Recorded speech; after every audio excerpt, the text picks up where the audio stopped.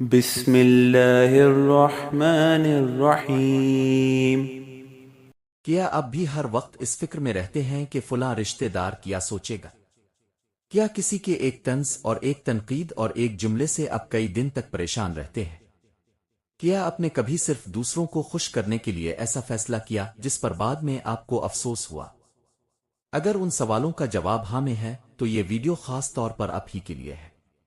یاد رکھیں، جب انسان رشتے داروں کی باتوں اور تانوں اور ان کے فیصلوں کے دباؤ میں جلدی آ جاتا ہے تو وہ اپنے ذہنی سکون اور بعض اوقات اپنی زندگی کے اہم فیصلے بھی خراب کر بیٹھتا ہے۔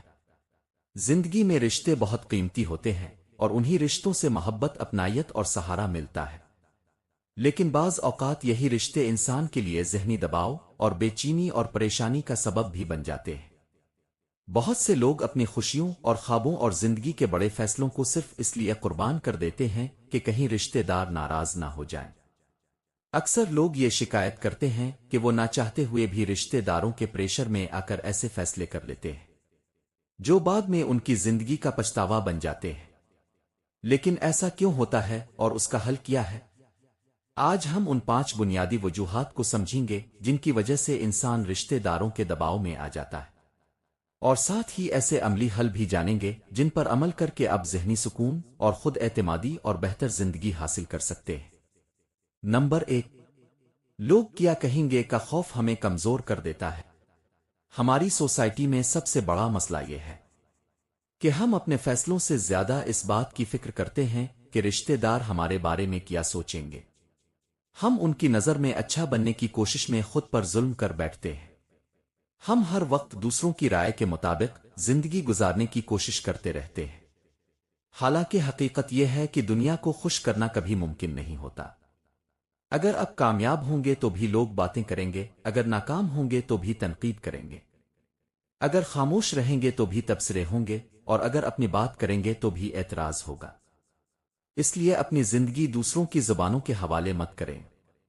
یاد رکھیں، جو لوگ آج آپ کے فیصلوں پر تنقید کرتے ہیں کل انہی فیصلوں کے نتائج کی ذمہ داری لینے نہیں آئیں گے۔ اپنے ہر فیصلے کی بنیاد صرف اس بات پر رکھیں کہ وہ آپ کے لیے اور آپ کے خاندان کے لیے اور آپ کے مستقبل کے لیے کتنا درست ہے۔ جب آپ اپنی زندگی کا مرکز لوگوں کی رائے کے بجائے اپنی ذمہ داری اور اپنے اصول اور اپنے ذہنی سکون کو بنا لیں گے تو لوگ کیا کہیں گے کا خوف آہستہ آہستہ ختم ہو جائے گا۔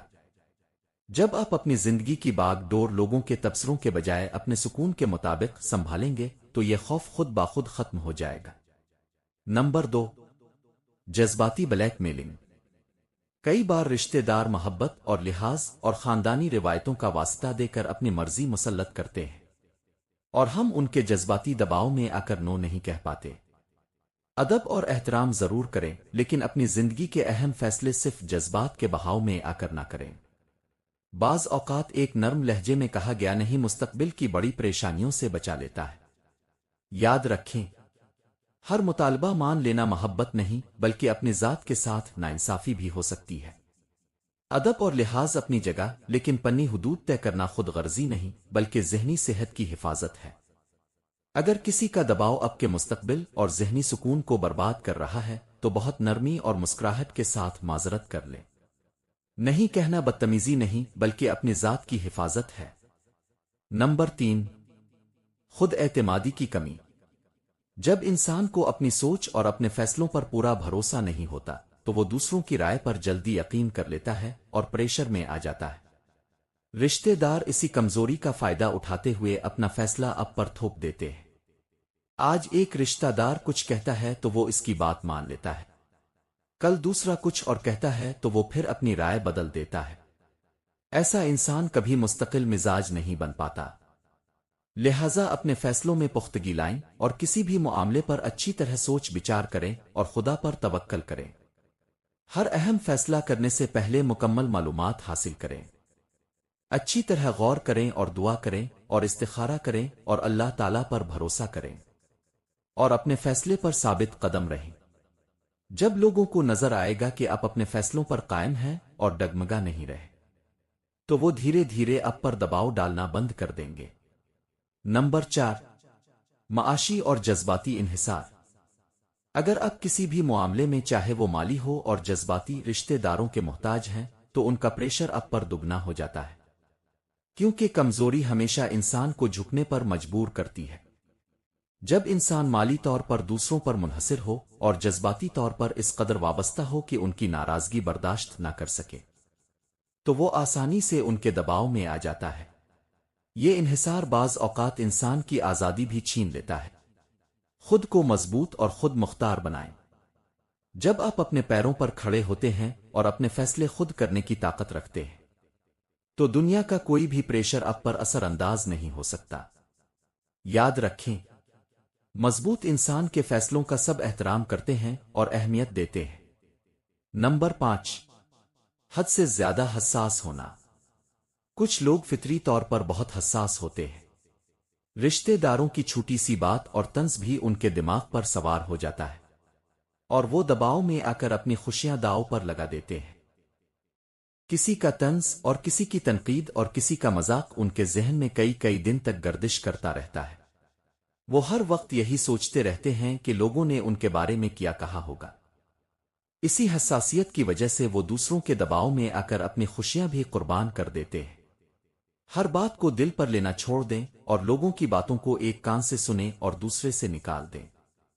جب آپ دوسروں کے منفی رویوں پر رد عمل دینا بند کر دیں گے تو ان کے دباؤ کی طاقت خود بخود ختم ہو جائے گی۔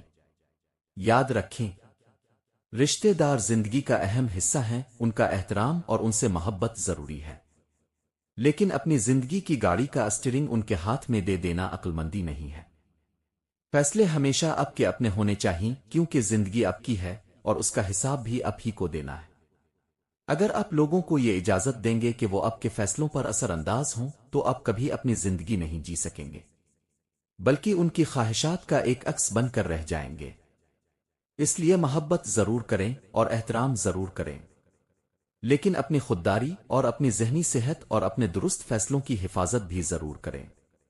رشتوں کا احترام ضروری ہے، لیکن اپنی شخصیت کو قربان کر دینا کبھی بھی محبت نہیں کہلاتا۔ جو انسان ہر تنقید پر اپنا راستہ بدل لیتا ہے وہ کبھی اپنی منزل تک نہیں پہنچ پاتا۔ ہر مشورہ قابل احترام ہو سکتا ہے، مگر ہر مشورے پر عمل کرنا ضروری نہیں ہوتا۔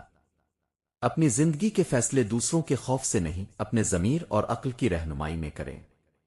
اللہ تعالیٰ آپ کو صحیح فیصلے کرنے کی حکمت اور مضبوط کردار اور پختہ اعتماد اور ہر قسم کے غیر ضروری دباؤ سے محفوظ رکھے۔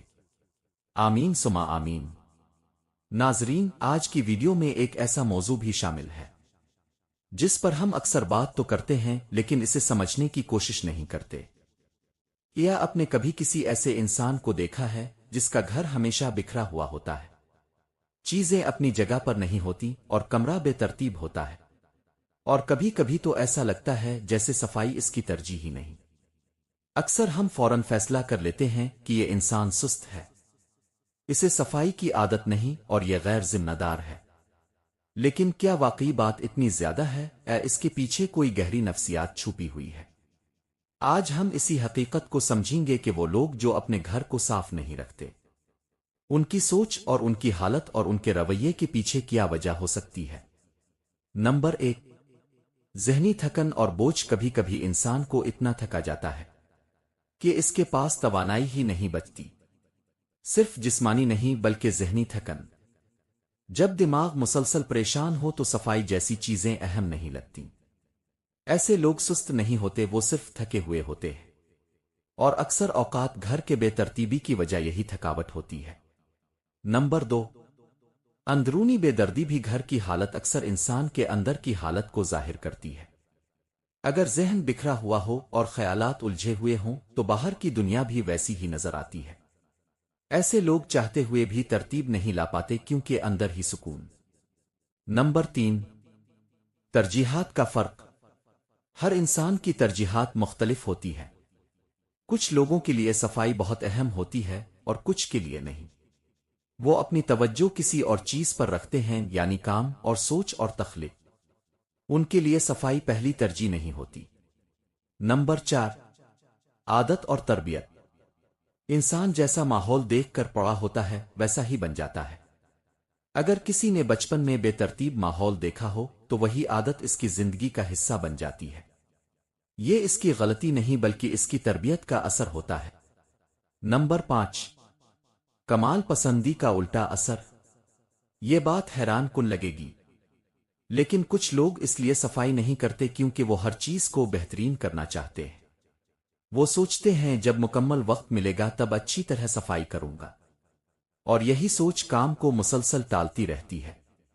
نمبر 6، جذباتی مسائل۔ کبھی کبھی انسان کے اندر کوئی درد اور کوئی اداسی اس قدر بڑھ جاتی ہے کہ وہ اپنی زندگی کے چھوٹے کاموں کو نظر انداز کرنے لگتا ہے۔ صفائی نہ کرنا بعض اوقات ایک خاموش اشارہ ہوتا ہے کہ اندر کچھ ٹھیک نہیں ہے۔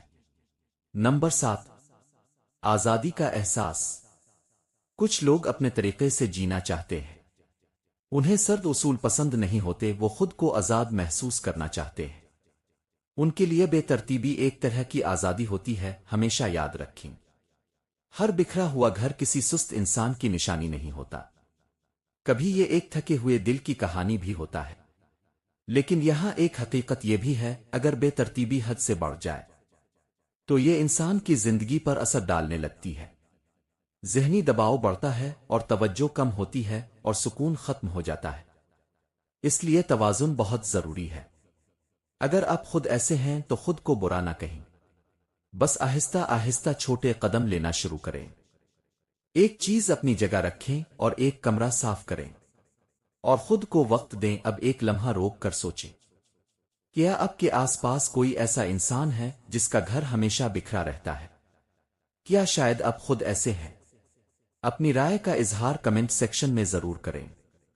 اور آخر میں میری دعا ہے کہ اے اللہ، ہمیں چالاک اور دھوکے باز رشتے داروں سے محفوظ فرما، ہمیں بہتر فیصلہ کرنے کی توفیق عطا فرما، اور ہماری زندگی میں خوشیاں اور مسرتیں عطا فرما۔